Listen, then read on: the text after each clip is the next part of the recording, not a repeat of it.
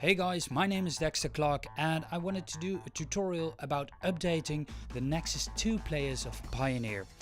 And with updating, I mean the firmware update that Pioneer provides to update the players and to add or fix new functionality or add new functionality. A quick little disclaimer in front, because when you're updating the firmware, there is a possibility that you render your equipment useless. There has to be just one faulty USB drive or a hiccup in your power connection and you have the chance that your equipment isn't usable at all. So don't do it in front of a gig, or if you have to use the equipment this evening, do take into account for that. So let's get started.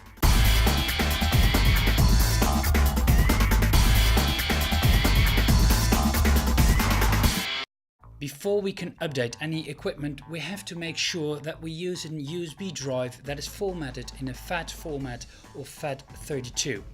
Download the firmware files from the Pioneer site.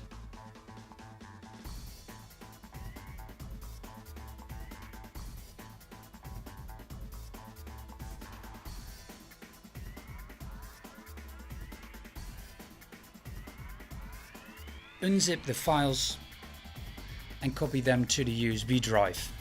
Make sure that you don't change the file name of the file. When you start, you have to make sure that there isn't a CD loaded in the player, or make sure that every USB drive is disconnected from the unit. Next, please switch off the player. When the unit is switched off, we have to switch it on again, but hold the buttons USB and hold the button reloop exit at the same time when you're turning the unit on. So I'm turning the unit on now and pressing at the same time USB and reloop exit.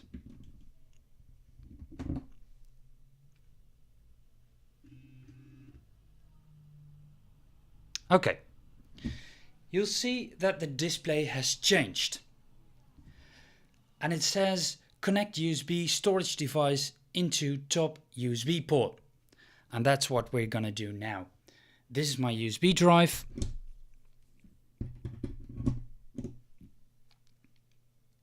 The LED flashes so we know that it's loading, and now the update process starts.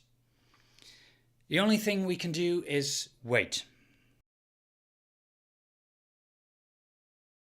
When you update, it can take up to 5 minutes to 6-7 minutes.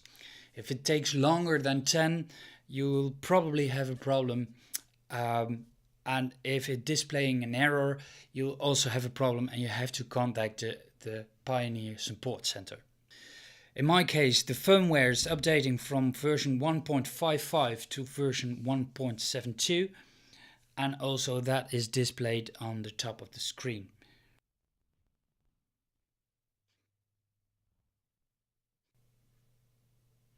Okay, now it displays a message, firmware update complete, turn power off on before using. So now we can turn off the unit.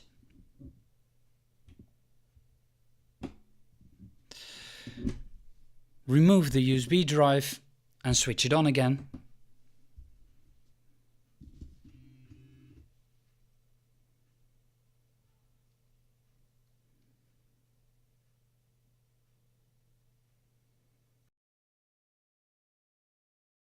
I've just updated one player. Now it displays on the display linked to player with older firmware, please update to the latest version. We also have to update the other player or other players, because otherwise you can use the DJ Pro link function. So when you're doing one player, you have to do the rest also. So that's what we're going to do now. We're going to do the same thing all over again, but first we have to switch off the player, of course. Switching it on again. Already searching for the buttons USB and reloop exit.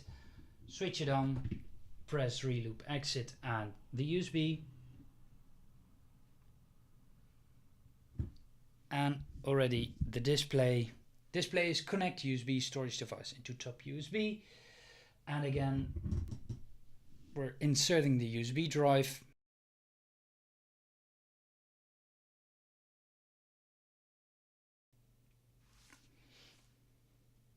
Okay, now we can switch off the unit.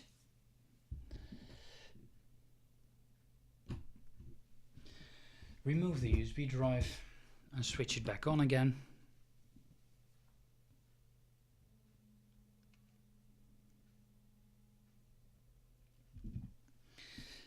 And as you probably noticed on the other drive, this one is searching to be player 1. Player 2 still displays that the older firmware is used on another player. So I'll switch it off and switch it back on again.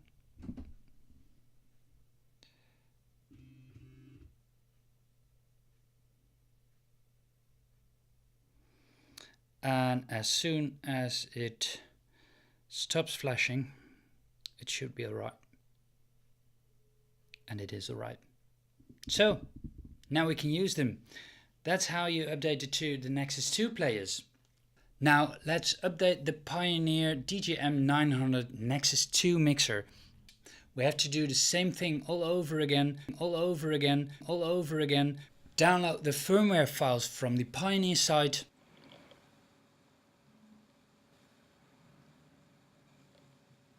We have to do the same thing all over again. We have to press 2 buttons while we're switching the unit on. Those buttons are the effects button and the mid frequency button. Now let's turn off the unit. Let's turn it on again. Mid frequency and effects on.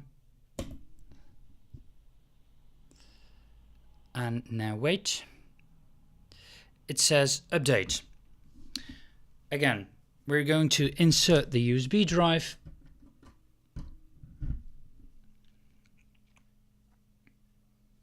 And as you see, it starts updating. Again, if there are any problems during the update, if it displays an error, you have to contact the Pioneer support center.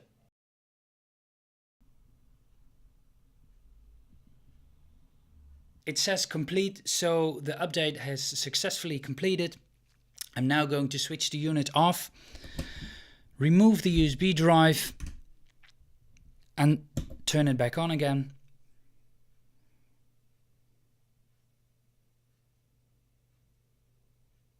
And it's ready to go.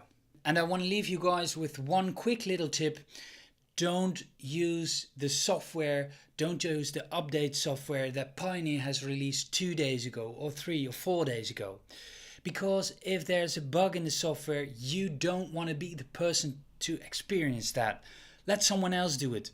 Update in 4 or 5 weeks if Pioneer has the possibilities to fix the update if it's going wrong. And I had the same problem with Rekordbox a few months ago. I had a gig and I updated to the latest version of Rekordbox and there was a bug in it and I couldn't exchange my new songs to my USB drive. Really annoying. Thank you for watching. I hope you enjoyed this video. I hope it was of any value to you. If it was, please leave a thumbs up. Also subscribe to my channel and hit the bell button below so you get notified when I upload a new video. Thank you for watching and until next time. Bye!